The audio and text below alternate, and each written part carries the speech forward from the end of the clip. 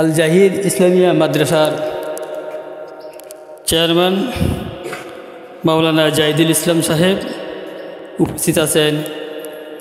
আমাদের সেনবাগ থেকে আগত সাংবাদিক মহোদয় উপস্থিত রয়েছে। আমাদের মাদ্রাসার সহকারী শিক্ষক জনাব বুরহানুদ্দিন, ছাত্রছাত্রীরা, আসসালামু আলাইকুম রহমতুল্লাহ বারাকাতুহু। তোমরা সব ভালো আছো? আমি আসলে কতদিন অসুস্থের মতোই, প্রায় জ্বর, রাত্রে রাত্রে জ্বর আসে, একটু ইয়েতে আছি, শরীর অসুস্থ। আজকে মনে একটু রেস্টে থাকলামও। যাই হোক, আজকের প্রোগ্রামটা আসলে যাই সাহেব গতে কীবারে আসছিল আমার স্মরণ নাই, তো ওনাকে একটা শনিবারে আমরা একটা সময় দিয়েছিলাম। আর বোরানকে বলছিলাম যদি ছাত্রছাত্রীরা যদি ফেরন থাকে তাইলে আমাকে জানাইবা, সময় একটু জানাই দেবা। এখানে একটা আসলে গ্যাপ হয়েছে, ছাত্রছাত্রী আসলে সবাই আসার কথা ছিল কিনা জানি না, কথা ছিল বলছিল আসবে, আসা নেই। যাই হোক, আমি উপস্থিত শুনছি, শোনার পর আমি একটা আসছি। এতক্ষণ তোমাদের সামনে যে কথাগুলি আমাদের জাহিদ ভাই সর্বপ্রথম যে কথাগুলি বলছে, এরপরে সাংবাদিক মহোদয় বলছে, বোরান স্যারও তো বলছে, তোমরা তো জানছো। এখানে আসলে দেখো, তোমাদের উপরে আমাদের উপরে জাতির জন্য বিশাল দায়িত্ব রয়েছে, ঠিক না? হ্যাঁ, আমাদের হাফেজ সাহেবে যে কোরআন তেলাওয়াত করেছে, দ্বিতীয় আয়াতটা কি হাফেজ সাহেব? রব্বানা ওয়াজআলনা মুসলিমাইন লাক ওয়া মিন যুররিয়াতিনা উম্মাতান মুসলিমাতান লাক ওয়া আরিনা মানাসিকানা ওয়া তুব আলাইনা ইন্নাকা আনতাত তাওয়াবুর রহিম।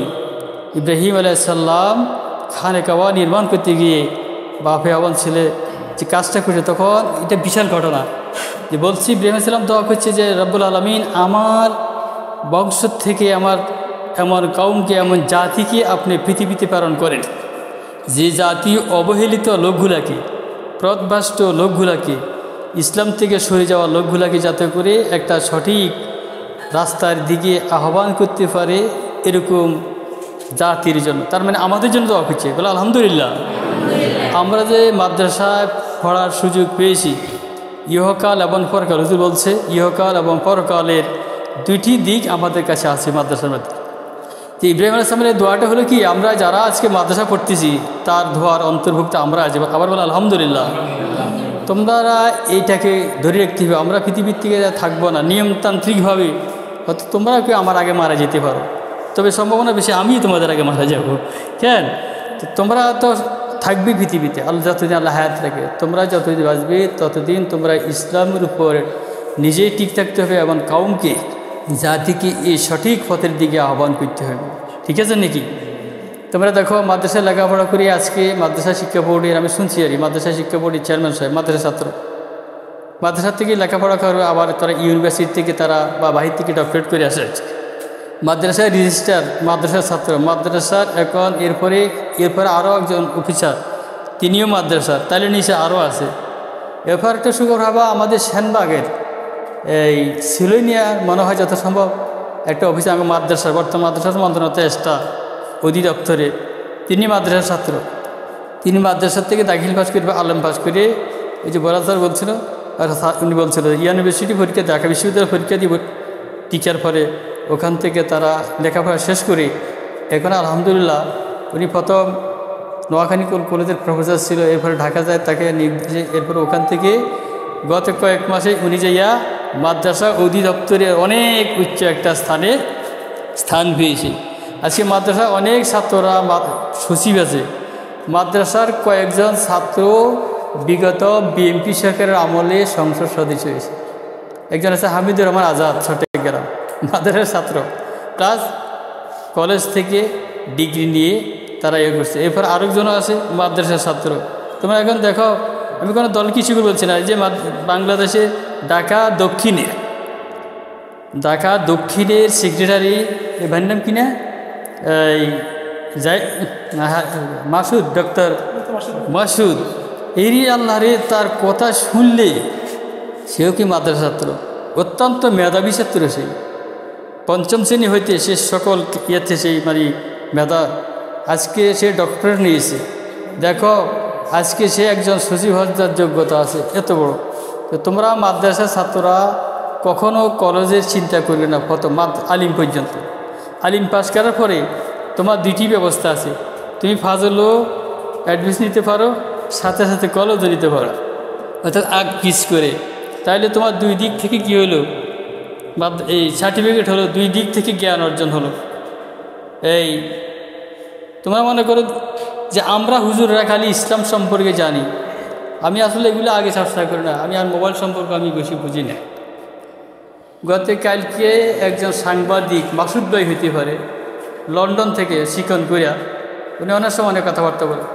মাসুদ ভাই ইসলাম সম্পর্কে কথাগুলি বলছি, আমি আশ্চর্য হয়ে গেলাম। এরপরে আরও অনেক সাংবাদিক আছে, আমি এখন দেখতেছি তারা এই যে টকশোতে যে কথাবার্তাগুলো বলে, তারা কোরআন সম্পর্কে কথাবার্তাগুলি বলে, তারা ফেকা সম্পর্কে কথাবার্তা, তাইলে তারা এগুলো কোথায় ফেলে বলে। তাই তুই তো জেনারেল লাইনের ছাত্র না, তুই জেনারেল ছাত্র কীভাবে হলো, নিশ্চয়ই সেই সাংবাদিকতা অর্জন করতে হলে সর্বমহলের জ্ঞান তার কাছে থাকতে হবে। একজন কেউনু সাহেব, তার উপজেলা পরিচালনা করতে হলে তার খালি একটা জ্ঞান হলে হবে না, তার সকল বিষয়ে জ্ঞান থাকতে হবে, ঠিক না? একজন ডিসি সাহেবের একই রকম। এইভাবে আমরা দেখতেছি এখন আলহামদুলিল্লাহ মাদ্রাসার ছাত্ররাই দেশের শীর্ষস্থানে ইনশাআল্লাহ এগিয়ে যেতেছে। তো এইখানে মাদ্রাসাদের লেখাপড়ার সাথে সাথে তাদের চরিত্র প্রয়োজন আছে, ঠিক আছে নাকি? চরিত্র অর্জন করতে হবে। তুমি একটা রাষ্ট্রের দায়িত্ব পাওয়ার পরে তুমি তোমার পকেট মোটা করলা, তাহলে তো এটা হলো না, দেশের কল্যাণ হলো না। হ্যাঁ, তুমি সুযোগ ভাইয়া, তুমি সম্পদের মালিক হয়ে গেলা, তুমি কোটি কোটি টাকার মালিক হয়ে গেলা, সম্পদের মালিক গেলা, এটার জন্য তোমাকে উচ্চস্থানে দেওয়া হয় নাই। তাইলে লেখাপড়ার সাথে সাথে তোমাকে নৈতিক চরিত্র গঠন করতে হবে। এখন তো আর আগের ওই যে সমিতি সাহেব বলছে যে আগে হুজুররা মনে করছে যে খালি ইমামতি করে মসজিদ করে দাওয়াত খাইব, মানুষের জানাজা দেবো, এইরকম আমরা চলুম না। এখন তো মনে করে যে আমার কথাই বলতেছি, তখন আমি যে এখন চাকরি করতেছি, একটা ভালো অফিসারের মতো বেতন পাইতেছি আমি, ঠিক আছে না? তোমার কাছে বলবো না কত টাকা পাই, হ্যাঁ বললে তো তোমরা আমার হুজুরি এত টাকা পায়, তোমরা আশ্চর্য হয়ে যাবা, এমন আবার বাড়তেছে আবার বেতন, আলহামদুলিল্লাহ। এখন কোনো অবস্থাতে হুজুররা পিছনেও আগাই যাচ্ছে, ঠিক আছে নাকি? আমি গত কদিন আগে দেখতেছি একটা মেয়ে, ইউনিভার্সিটির মেয়ে, কি সুন্দরভাবে বক্তৃতা দিতেছে, এ হাদিস করতেছে, কোরআনের কথা বলতেছে, কি সুন্দরভাবে সে তর্জমা করতেছে এবং বুঝাতেছে যে আমরা মেয়েরা কখনো পিছে নয়, আমরা মেয়েরা খালি দুনিয়ার শিক্ষা গ্রহণ করব এমন নয়, আমরা ইসলামও গ্রহণ করতে হবে, আমরা ইসলামের আহ্বান করতে হবে, ইসলামের দাওয়াত আমাদেরকে দিতে হবে। তাহলে এটা মেয়েরা এখন বুঝে আইছে, ঠিক আছে নাকি?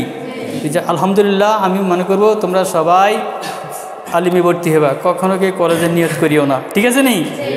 জাহিদ ভাইকে ধন্যবাদ, উনি যে একটা উদ্যোগ নিয়েছেন, আমি যদি আল্লাহ আমাকে হায়াত রাখে, জাহিদ ভাইকে যে আল্লাহ হায়াত রাখে, তাহলে আমি ইনশাআল্লাহ ওনাকে দাওয়াত দিতেছি আগামী বছর আমরা আরও ব্যাপকভাবে আমরা এখানে প্রোগ্রাম করব।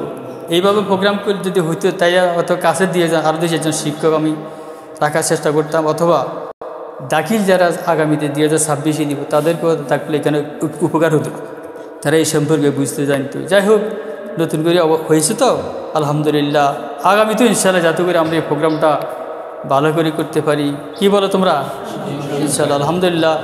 এখন উনি তোমাদেরকে যে গিফটটা করবে ইনশাআল্লাহ এটা তোমরা সাদরে গ্রহণ করে নিবা, এটি তোমাদের জন্য সর্বপ্রথম একটা নিয়ামত হিসেবে তোমরা গ্রহণ করতে পারবে।